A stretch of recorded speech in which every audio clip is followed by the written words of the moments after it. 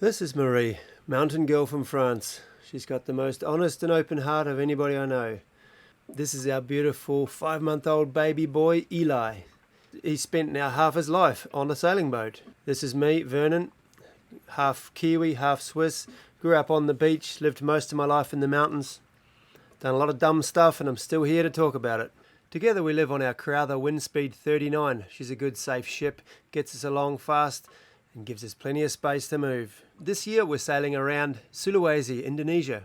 We plan on meeting as many different people, seeing as many different cultures and experiencing as many different things as we can and showing Eli all of this. Each one of us in life only gets a certain amount of sunrises and sunsets and we want to remember as many of them as we can. We're going to bring you along for the ride. We couldn't do this without some great sponsors on our sides. Rockner, Highfield, SUBTECH, Volcom, Indiana, and most of all, most importantly, our best sponsors of all, our patrons. Thank you all very, very much.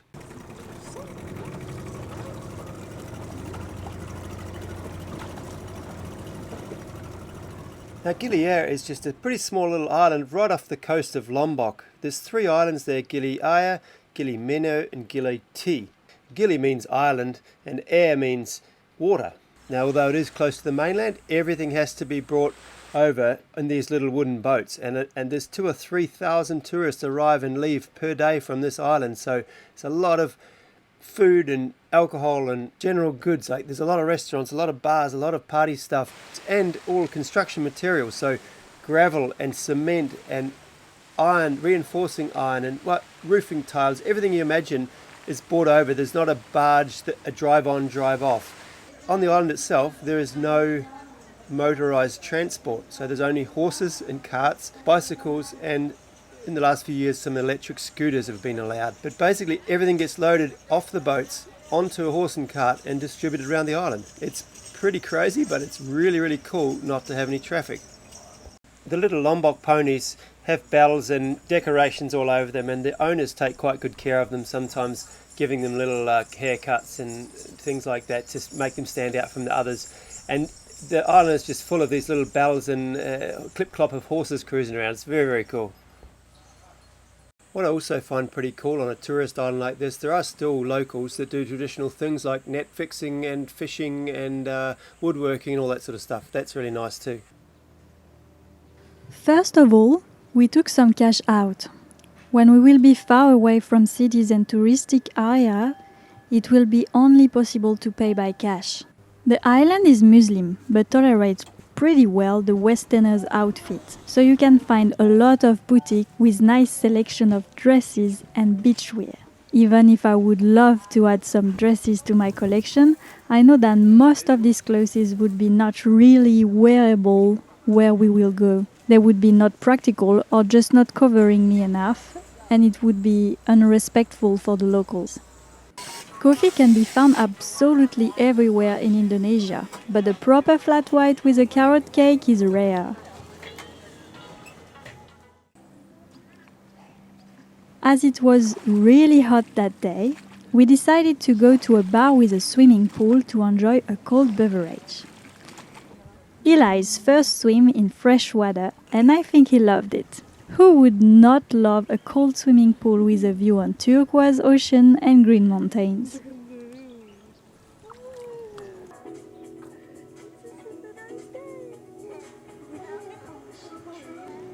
Eli is really starting to get his rhythm in the island life. It is good to see we can take him ashore with us.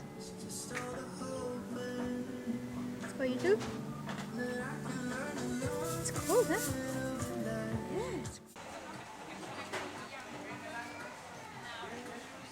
If I have to talk about one sort of food I am missing when we are traveling, it would be definitely Italian food. So we went to a nice sourdough pizzeria and enjoyed a delicious pizza, knowing that it would be our last one for a long time.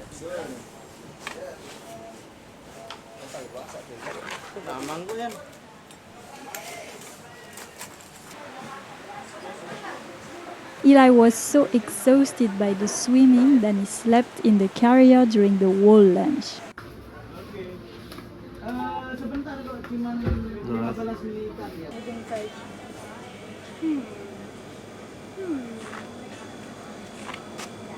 If I am missing pizzas, Vernon is definitely missing ice creams.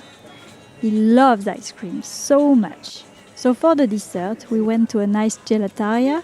Eli was fascinated by the dragon fruit color of mine. And to end this day in beauty, we went to the beach. Beaches are not rare in Indonesia, but going in bikini to the beach is not possible everywhere. After this delicious time in Gili Air, we were ready to pull the anchor and finally start our journey, heading slowly in the direction of Sulawesi. It was not a windy day and we had to motorsail, but it is already quite late in the season and we have to cross to Sulawesi before the trade wind is kicking. And starting on an easy sea in a sunny day was a good thing for Eli and me.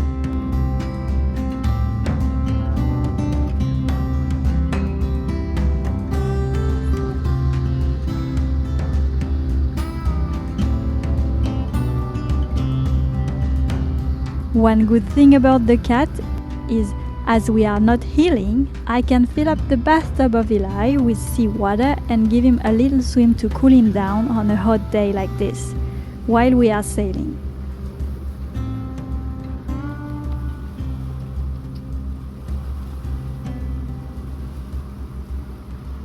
From Gili Air around the top of Lombok to the anchorage that I had in mind was only 45 miles.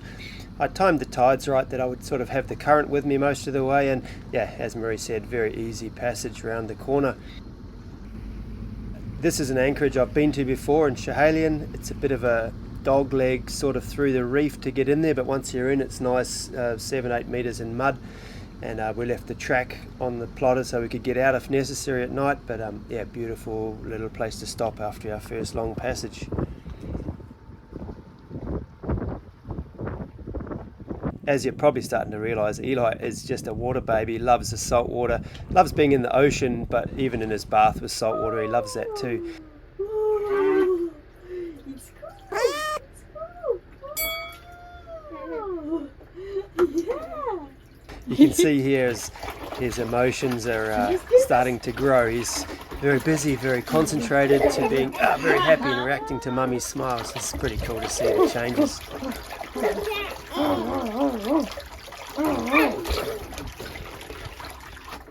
We're anchored up safely here on the corner of Lombok. I don't know what the name of this little island is, but we had a successful 45-mile passage. Just motor sailed the whole way, probably more motor than sail. Had current with us most of the way though, so it was sort of 6.5 knots, and it all went pretty good. Baby was sleeping a bit, there was some breeze through the windows. Yeah, that was his longest passage yet. And now he's getting a well-deserved little cool bath, saltwater bath, and have a rinse after, and then hopefully he'll go have a bit of a sleep. But he's enjoying life on the boat. And so are we. Nothing went wrong today. It was good to have this little cruisy passage without, strong winds and squalls, and which just, getting our confidence back after bloody blowing up on the reef, as you saw in a couple of weeks ago's videos. And yeah, we're just going to ease back into this and Say goodbye to Lombok. yeah, say goodbye to Lombok. Tomorrow we'll be off to Sumbawa. Thanks, patrons, keeping us afloat, keeping us motivated, keeping us going, keeping baby in nappies and keeping food in us and in him at the end of the day. And we'll see you all next week. Bye bye. Bye.